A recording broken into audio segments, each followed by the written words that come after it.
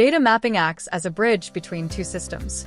With x2x RMH Business Central, mapping is easier than ever, keeping your retail and financial systems perfectly aligned. The x2x RMH solution empowers you to create seamless mappings between RMH and Business Central. From payment methods to salesperson, map key data fields precisely and easily. Key mapping areas in x2x RMH Business Central, where you can define relationships between RMH and Business Central data, are payment mapping. Allows the mapping of the RMH payment method to the Business Central payment methods. Tax mapping.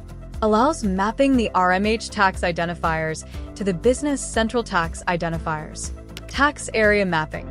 Allows mapping the RMH tax area code to the Business Central tax area code. Price level mapping. Allows mapping the RMH price level to the Business Central price level. Salesperson mapping. Allows mapping the RMH salesperson code to the Business Central salesperson code. With accurate mappings, you'll have better data insights, improved workflows, and the confidence to make informed decisions.